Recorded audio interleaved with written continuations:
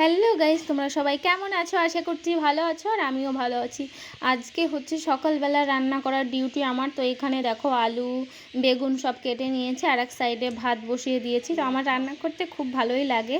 আজকে রান্না করার ডিউটি ছিল, মা বাড়িতে ছিল না, ওই জন্য রান্না করছি। আর কি রান্না করছি গেস করে বলো তো? আর যদি না বলতে পারো তাহলে আমিই বলে দিচ্ছি। তো এখানে আমি বসিয়ে দিয়েছিলাম ভাত, আলু সিদ্ধ। মানে আমি যেটুকু পারি, একটু তাড়া ছিল ওই জন্য সিদ্ধ ভাতই রান্না করলাম।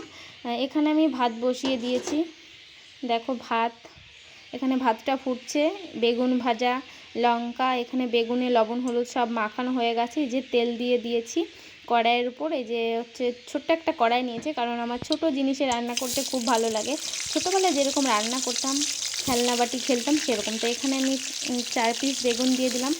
আমার বেগুন ভাজতে খুব ভালো লাগে, কিন্তু আবার খেতে পারি না একটা সমস্যার জন্য। তো আমার রান্না করতে টুকটাক ভালোই লাগে। তোমাদের কার কার রান্না করতে ভালো লাগে অবশ্যই কিন্তু কমেন্টে জানাবে, ওকে? আর দেখো, তোমাদের সঙ্গে কথা বলতে বলতে আমার বেগুনটা প্রায় অর্ধেকটা ভাজা হয়ে গেছে। মানে হালকা লাল লাল হলে পরে বেগুনটা আমি উল্টিয়ে দেবো। তো দেখো, বেগুনটা আমি উল্টিয়েও দিলাম। তো এখন আমি নামিয়ে নিচ্ছি, হয়ে গেছে আমার বেগুন ভাজা।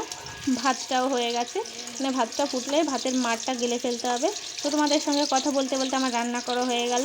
তো এইদিকে আমি বসিয়ে দিয়েছি বেগুন ভাজার পরে চা। তো আমার হচ্ছে রান্নার শেষে চা খেয়ে নিতে হবে। এখানে দেখো ভাত ফুটে গেছে, তারপর বসিয়ে দিয়েছি চা, কারণ বাড়িতে 3 জনা মানুষ। তো গাইজ, আমাদের ছোট্ট ভিডিওটা তোমাদের কেমন লাগলো অবশ্যই কমেন্ট করে জানাবে। টাটা, ভালো থেকো সবাই।